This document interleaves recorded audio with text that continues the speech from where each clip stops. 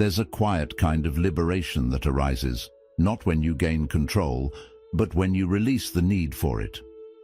Think about how often we grip tightly to outcomes, worrying about what might collapse tomorrow, trying to predict every twist of the path ahead.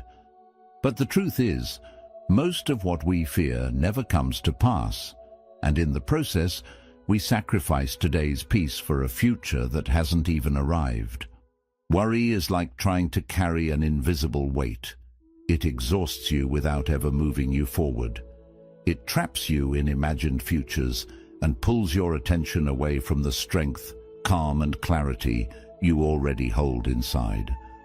But something shifts when you choose to let go, when you stop resisting the flow of life and begin to move with it instead. You create space, and in that space, life begins to meet you with unexpected grace, not because you forced it, but because you stopped standing in its way. In this video, we'll explore 7 timeless lessons from Buddhist philosophy, teachings that gently guide us away from the chaos of overthinking and back into the stillness of the present moment. These aren't quick fixes or empty mantras. They are truths that, when practiced, can help you step out of fear and into a deeper sense of freedom that's always been waiting within you. Lesson 1. Fear is a seed, and what you plant, you nourish. In Buddhist philosophy, your mind isn't just a passive observer of life. It's the soil from which your entire reality grows.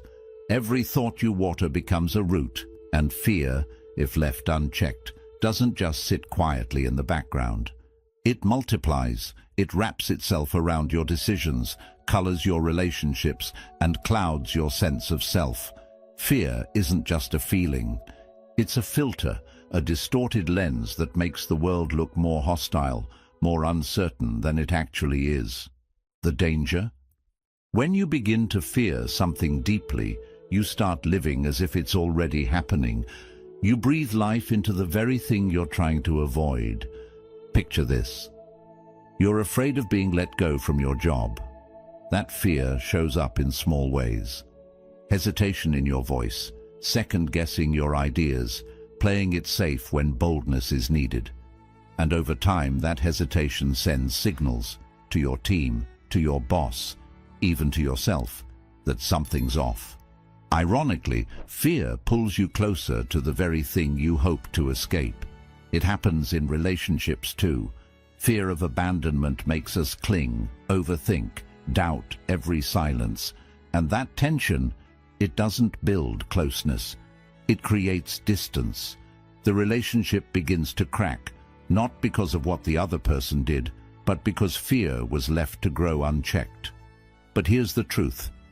Buddhism reminds us of, your mind is fertile ground. It doesn't discriminate. It will grow whatever you plant: fear, anger, doubt or calm, clarity and compassion.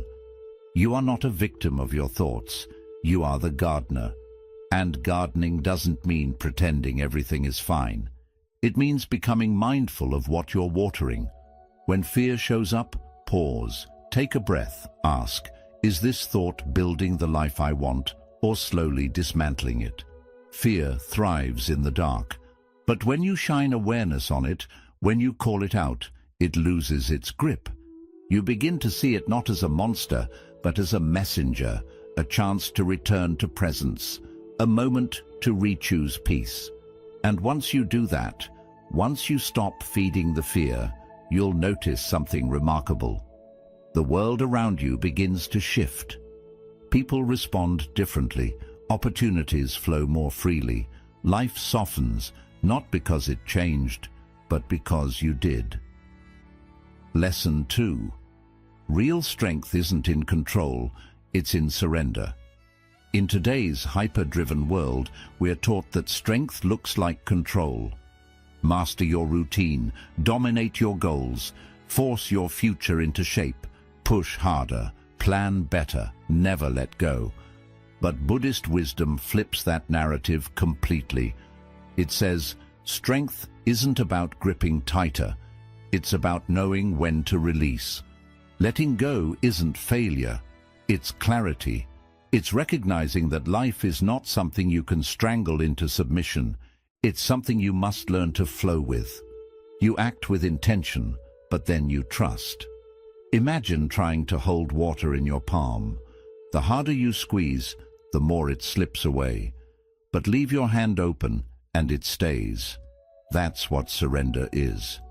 Not passivity, not weakness, but the quiet strength of someone who has done their part and knows when to step back with trust. In Buddhist philosophy, surrender isn't retreat. It's a sacred collaboration with reality. You stop resisting every twist in the road and begin walking it with grace.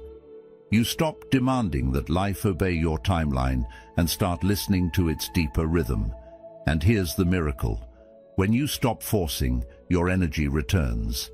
The tension lifts, your mind clears. And suddenly the world looks different. The path ahead that seemed blocked, it opens. The people you needed, they show up. The answers that felt out of reach, they find you. Not because you chased them, but because you made space for them to arrive. True surrender is not the end of effort. It's the end of struggle. And in that space of release, you don't lose control. You discover a deeper power, a power rooted not in domination, but in alignment. When you let go of needing to control everything, you begin to realize you were never meant to carry it all alone. Lesson 3. Anxiety belongs to the future. Peace belongs to now. Buddhist wisdom teaches something quietly revolutionary. Anxiety can't survive in the present moment. It feeds off anticipation, off imagined futures and worst-case scenarios. It thrives in the mental fog of what if and what might go wrong. But here's the thing. None of that is real. It's all a movie your mind is playing in advance, a script that hasn't even begun. So the next time you feel anxious, pause and ask, where is my mind right now? Chances are, it's sprinting ahead, constructing stories, anticipating pain, trying to solve problems that haven't even happened. And while your attention is trapped in that illusion, you miss the only place where life is actually happening. Right here, right now. This moment, this breath is your anchor, and in this single breath, you are safe, you are whole, you are not drowning in the storm of what could be. You are resting in the stillness of what is. Buddhism calls this mindfulness, but it's not just a technique. It's a return, a coming home to your body, your breath, your being. And every time you return, you weaken the grip of anxiety. You stop pouring energy into a future that hasn't arrived and begin to reclaim your peace, one breath at a time. The mind is loud. It spins, warns, plans, panics. But the present moment, it whispers. And if you listen closely, it tells you the truth. There is nothing to fear right now. There is only this breath, this heartbeat, this quiet space where life meets you. Peace isn't a place you chase. It's a presence you remember. Lesson 4. Most of the weight you carry was never real to begin with. So much of the heaviness we feel isn't from life itself. It's from the stories we tell ourselves about what might happen. Buddhist wisdom gently reminds us, our deepest anxieties rarely come from reality. They come from imagination. We become authors of endless tragedies that never take place. Sleepless nights worrying about conversations that go better than expected. Stomach knots over future disasters that never arrive. We carry these imagined fears like stones in a backpack. Heavy, invisible, and entirely optional. Why does this happen? Because the human mind is brilliant at storytelling. It's like a novelist who refuses to take a day off. It scripts scene after scene of what could go wrong, failures, betrayals, endings. And while these stories live only in our heads, our bodies begin to react as if they're already happening. We start defending ourselves from threats that don't exist. We act tense. We close off.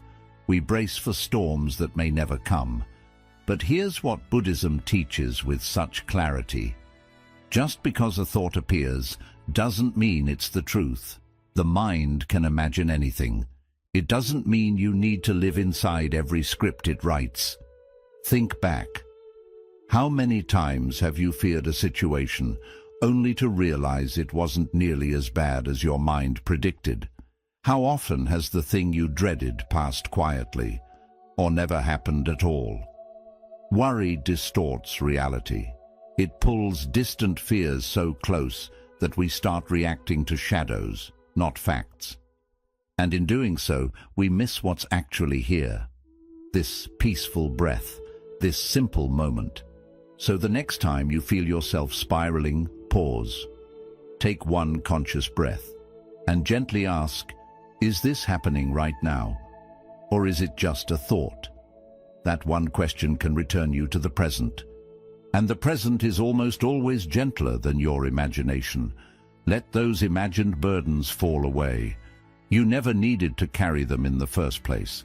And once you stop living inside your mind's predictions, you'll notice life feels lighter, kinder, and far more real. Lesson 5. Letting go of control is how you begin to trust. There's a humbling but liberating truth at the heart of Buddhist wisdom. You can't surrender to life while clinging tightly to the illusion of control. You can't hold the steering wheel and still trust the road will carry you. Control and faith move in opposite directions. The more tightly you grip control, the further you drift from trust. And the more you lean into trust, the more you're asked to let go. Trying to micromanage every detail of your life, every outcome, every emotion, every person, is like quietly telling the universe, I don't trust you. It's a subtle form of fear, a fear that without your constant effort, things will collapse. But the question is, has all that control ever brought you real peace, or has it just left you exhausted? Often, the more we try to hold everything together, the more we feel like we're falling apart inside. We confuse hypervigilance with strength, when really it's often anxiety in disguise. Control creates a false sense of safety, but it comes at a cost. Constant tension, fatigue, and a mind that never rests. Faith, in contrast, is not weakness. It's not blind surrender. It's an inner knowing that says, I've done my part. Now I allow life to do the rest. It's powerful because it frees you from the trap of obsessing over every detail. It lets you act with clarity, but without being attached to how things must unfold.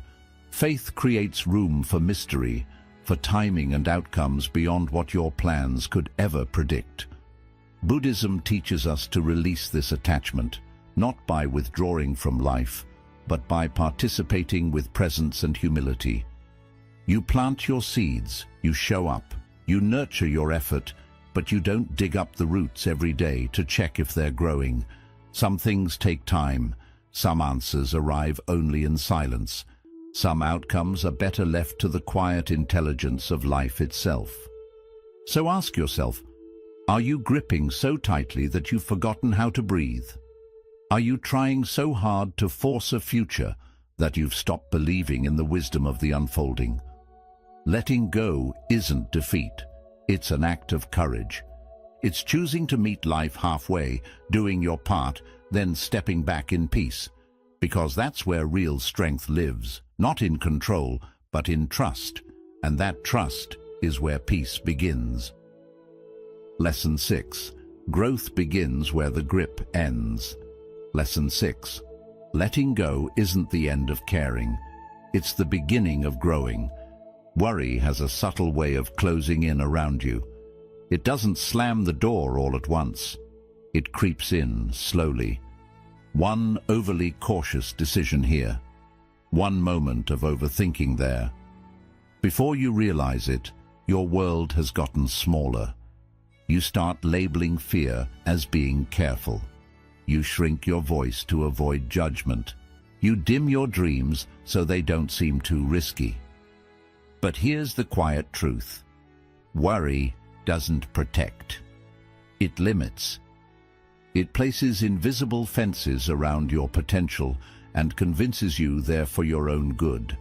It's like walking through life with your shoulders constantly hunched, always expecting something to go wrong, always bracing.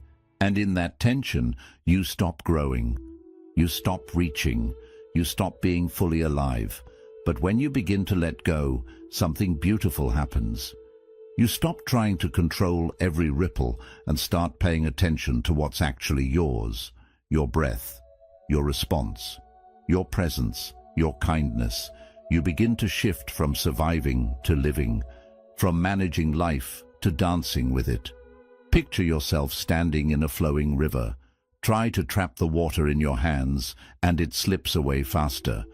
But the moment you stop grasping, when you trust, when you float, the river carries you. That is surrender. That is growth. Letting go doesn't mean giving up. It means choosing freedom over fear. And the more you release the grip on outcomes, on old wounds, on imagined dangers, the more space you create inside yourself. Space for courage, space for joy, space to expand. Letting go is not passive. It's powerful. It's a bold return to the present moment, where life is no longer something you embrace for. It becomes something you join in on. Ask yourself honestly, how much of your energy is spent worrying about what might go wrong? And what if that same energy could be redirected into creating something meaningful, into showing up fully in your relationships, into simply trusting the process? When you loosen your grip on how life should unfold, and start moving in rhythm with how it actually is, something shifts. You no longer feel like you're carrying the world. You begin to feel carried by it.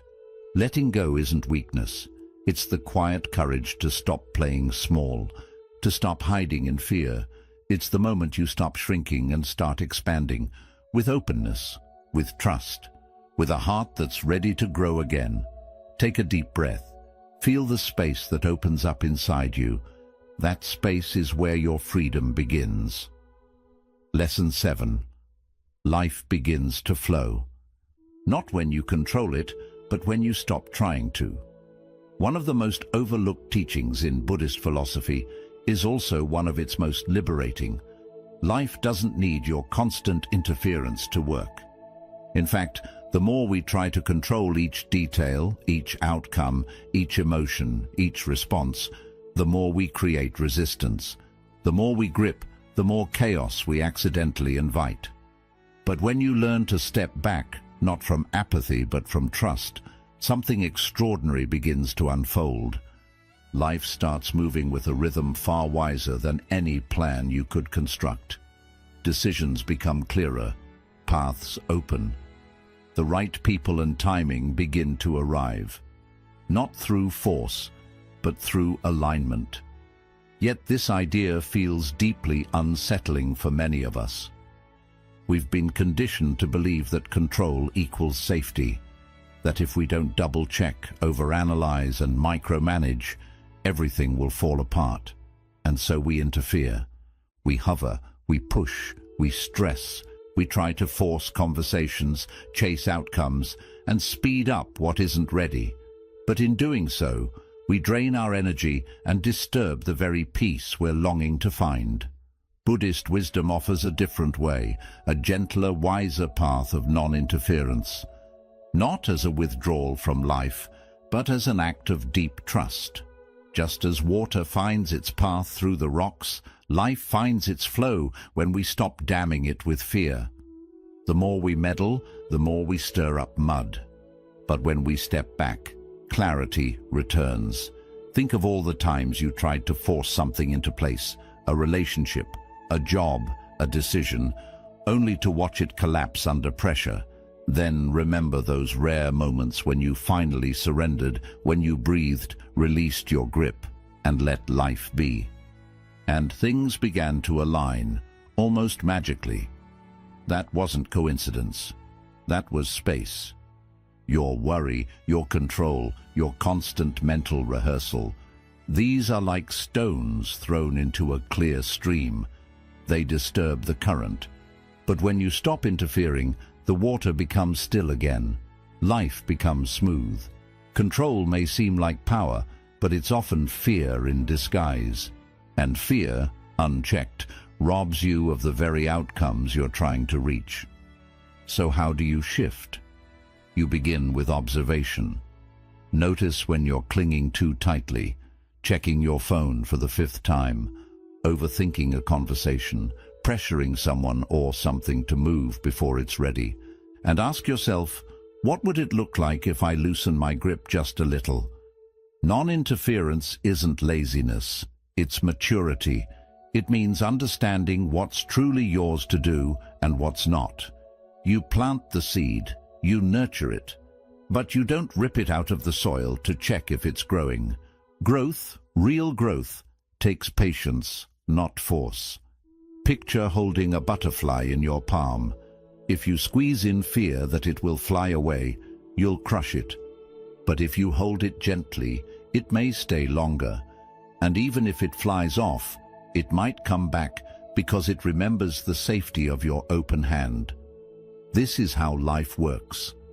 The tighter you cling, the more things slip through. But when you allow space, everything breathes, and what's meant for you begins to flourish. And that's when the shift happens. Life begins to support you. Energy returns, solutions appear. The right words, the right timing, the right people, they all begin to arrive without being forced. You stop feeling like the world rests on your shoulders, and for the first time, maybe in a long time, you feel held. At the root of our interference is often fear. Fear of loss, of failure, of not being enough. But life doesn't ask you to be perfect. It asks you to trust, to breathe, to let go of the belief that you must do everything alone.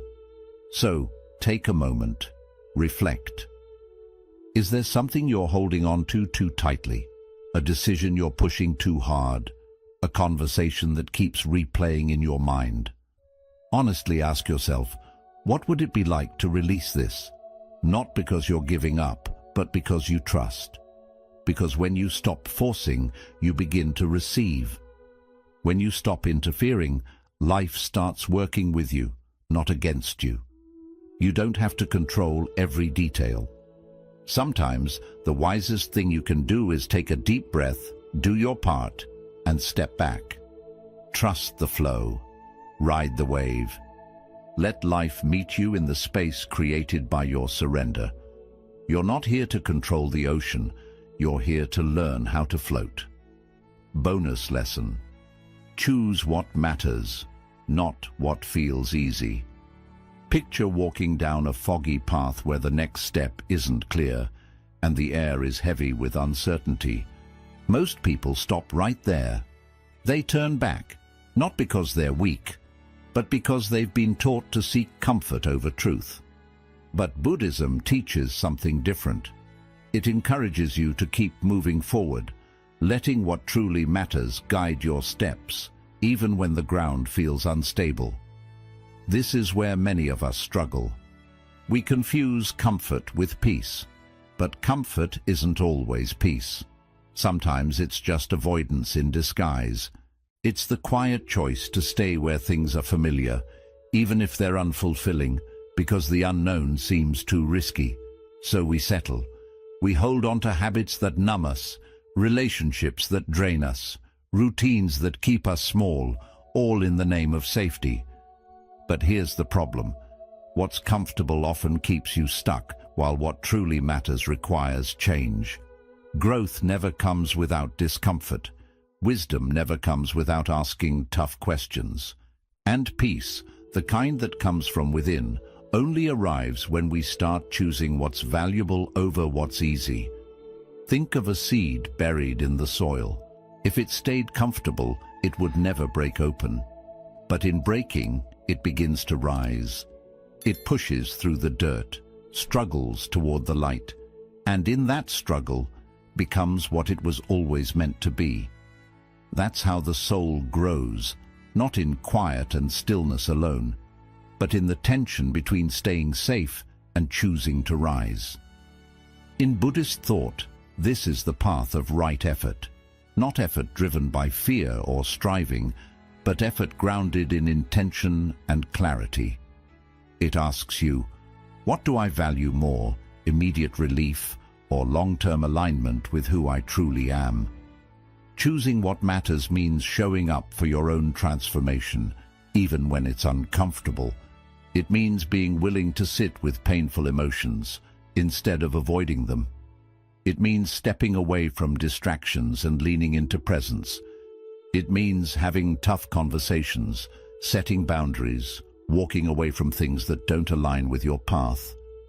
Not because it's easy, but because your peace depends on it. This path won't always feel good. It may not always feel clear, but it will always feel true. So ask yourself now, what in your life feels comfortable, but is quietly costing you your peace? What are you holding on to out of habit, fear, or familiarity? And what would it look like to choose differently, not recklessly, but thoughtfully? Choosing what matters often means choosing stillness over speed, silence over noise, integrity over approval, presence over escape. And in those small, quiet choices, we begin to change, not just how we live, but who we become. You are not here to stay small. You are not here to stay safe at the expense of your soul.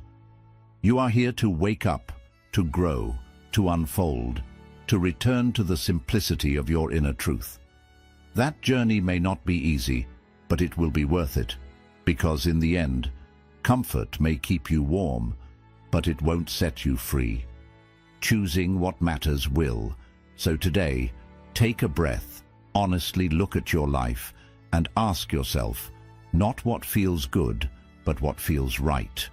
Then trust that answer, however uncomfortable it may be, because that is the path, that is the practice, and that is where peace begins. Conclusion. So now, the question isn't, what do I need to control? It becomes, what am I finally ready to release? Because true freedom doesn't come from holding on tighter, it comes from the quiet courage to let go, not carelessly, but with clarity, not in weakness, but with trust. If these lessons have resonated with you, take a moment right now to pause, breathe, reflect, and gently let go of something you've been holding that no longer serves you. It might be a fear, a belief, or an old story that's kept you small. You don't need to change everything overnight. Just begin with one breath, one decision, one small act of trust. If this message gave you clarity or peace, consider liking this video to support the channel and let the algorithm know it matters. Share it with someone you care about who may be quietly struggling to let go. And if you want more wisdom rooted in Buddhist philosophy, mindfulness, and inner strength, subscribe to the channel. Each week, we'll walk this path together, towards stillness, toward presence, and toward a life lived more lightly. Because when you stop forcing, life begins to move. And when you trust it, it starts to meet you, right where you are.